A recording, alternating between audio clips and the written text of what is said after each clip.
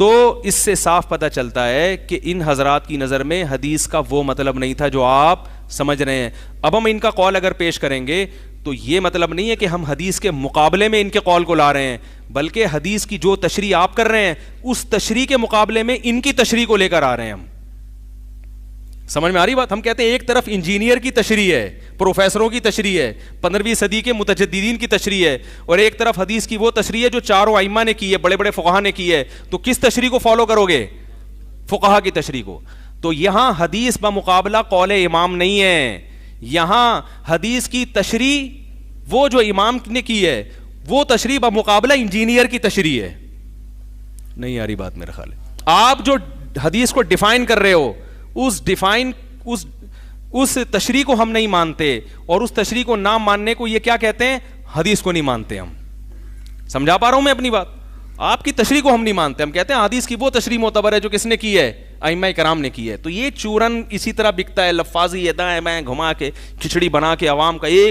میں جا رہا تھا وہاں بھی کچھ دن پہلے, بینکاک جا رہا تھا, تو ایئرپورٹ پہ ایک آدمی ملا مجھے, وہ آیا میرے پاس, ہو مفتی صاحب, گلے ملا وغیرہ, السلام علیکم ورحمۃ اللہ وبرکاتہ. میں نے کہا خیریت؟ کہہ رہے ہیں یار میں انجینئر کے بیان سنتا تھا تو مجھے بڑے زبردست ملتے تھے, ہر چیز ریفرنس کے ساتھ, اور آپ کے بھی سنتا تھا تو آپ کے تو ریفرنس ہوتے ہی نہیں ہیں, اصولی باتیں ہوتی ہیں. تو میں نے تو بالکل چھوڑ چھاڑ کے بس انجینئر کا ہو گیا تھا. کہہ رہے کچھ دنوں کے بعد میں وہ چھوڑ دیا اس کو, اور میں نے کہا تمیز سے جیسے جو علماء کی اسپیچز سنو. میں نے کہا کیوں چھوڑ دی؟ کہہ رہے میں پاگل ہونے لگا تھا, بالکل پاگل ہونے لگا تھا نفسیاتی. کہہ رہے مجھے ہر شخص جہنمی لگ رہا تھا, ہر شخص, یہ بھی کافر, یہ بھی کہتا نہیں ہے زبان سے کافر, لیکن جب آپ نے کہہ دیا کہ اشرف علی تھانوی معاذ اللہ گستاخ رسول تھے, تو پھر کافر کہنے کے تکلف کی ضرورت نہیں ہے. پھر یہ تکلف کر کے کہ میں کافر نہیں کہتا, اتنی نیک بننے کی آپ کو ضرورت کیا ہے بھائی؟ اتنا نیک بننے کی آپ کو, آپ نے کہہ دیا کہ یہ بزرگ نہیں, لاشیں ہیں, یہ بزرگ نہیں, یہ کیا ہیں؟ لاشیں. یہاں مدارس میں, ہمارے ہاں جو مدارس ہیں اس میں زیادہ تر مدارس, بلکہ میں یوں کہوں 95% مدارس ہوئے جس میں فقہ حنفی پڑھایا جاتا ہے. 4-5% وہ ہوں گے جو اہل حدیث کے ہوں گے, اور جو 95% ہیں ان میں کچھ یعنی دیوبندی ہیں, کچھ بریلوی ہیں, لیکن پڑھایا فقہ حنفی جاتا ہے. تو آپ نے وہ جو دینی ادارے جس سے علماء نکلتے ہیں ان تمام اداروں کو کیا کہہ دیا؟ دکانیں. اور ان سب کی کیا کر دی آپ نے؟ نفی. یہ ایسے ہی ہے جیسے میڈیکل سائنس سے ڈاکٹر نکل رہے ہوں, آپ نے جتنے ڈاکٹر علاج کے لیے بیٹھے ہوئے ہیں سب کو غلط قرار دینے کے لیے ان میڈیکل کالج میں جو تعلیم دی جا رہی ہے سب تعلیم پر لوگوں کا اعتماد ختم. اب لوگ علاج کس سے کرائیں گے بتاؤ؟ نتیجہ یہی نکلے گا کہ اب جب پھیپھڑوں کا مسئلہ ہوگا, گلے کا مسئلہ ہوگا, لوگ انجینئر کے پاس جائیں گے. یہی ہوگا نا, کیونکہ ڈاکٹر کیا ہو گئے مارکیٹ میں ختم, وہ سب گمراہ ہو گئے.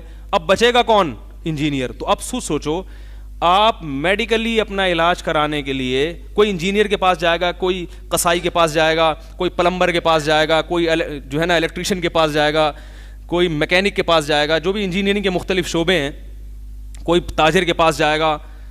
تو نتیجہ کیا ہوگا پھر قوم کا؟ کیا نتیجہ؟ یعنی صحت بنے گی یا برباد ہو جائے گی؟ برباد ہو جائے گی صحت. تو یہی ہو رہا ہے کہ اتنے سارے مدارس تو ہو گئے غلط, کیونکہ ان کا سلیبس ہی صحیح نہیں ہے, وہ صدیوں سے جو آ رہے ہیں وہ غلط تھے. آپ کا اپنا کوئی سلیبس ہے نہیں. یہ بخاری مسلم تو سب مانتے ہیں, یہ تو سب کے سب یہی پڑھاتے ہیں. اس کی تشریح میں گڑبڑ ہوتی ہے, تشریح میں اختلاف ہوتا ہے. تبھی تو اتنا آسان کام ہوتا اگر کہ کوئی بھی بیٹھ کے حدیث نمبر یاد کرو, تو فقہا میں اتنے بڑے بڑے اختلافات کیوں ہوتے پھر؟ تو آپ نے کیا کیا ہے کہ تمام علماء, تمام مدارس سے اعتماد ختم کر کے اب لوگ علاج کے لیے کس کے پاس جا رہے ہیں؟ انجینئر کے پاس. اب کوئی اسلامک بینکنگ کا مسئلہ پوچھ رہا ہے, اس میں ایک نے پوچھا سود کسے کہتے ہیں, وہ ایسا فضول ترین جواب دیا سود کا جس کا نہ سر نہ پاؤں. وہ تو خربوزہ کے جواب میں تربوز بھی پیش نہیں کیا.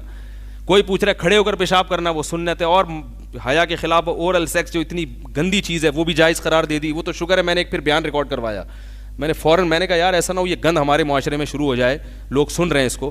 تو میں نے پھر دلائل کے ساتھ اس کا, پھر اللہ کا شکر ہے لوگوں کے کمنٹس آئے کہ اللہ ہمیں اس گندگی سے الحمدللہ بچا لیا.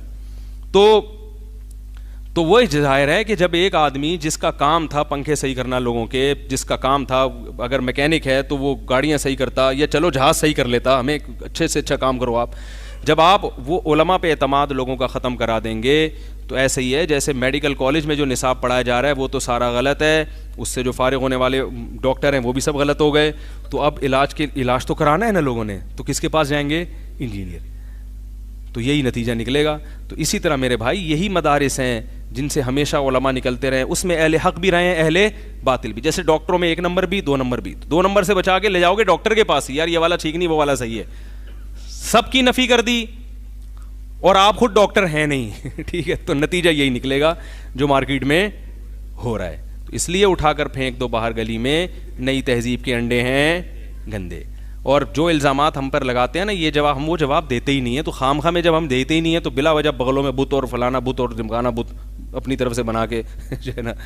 میں نے رفع الدین پر بیان ریکارڈ کروایا, اس میں نے کہا کوئی بغلوں میں بت رکھتے تھے اس لیے رفع الدین کیا جاتا تھا, خام خواہ میں.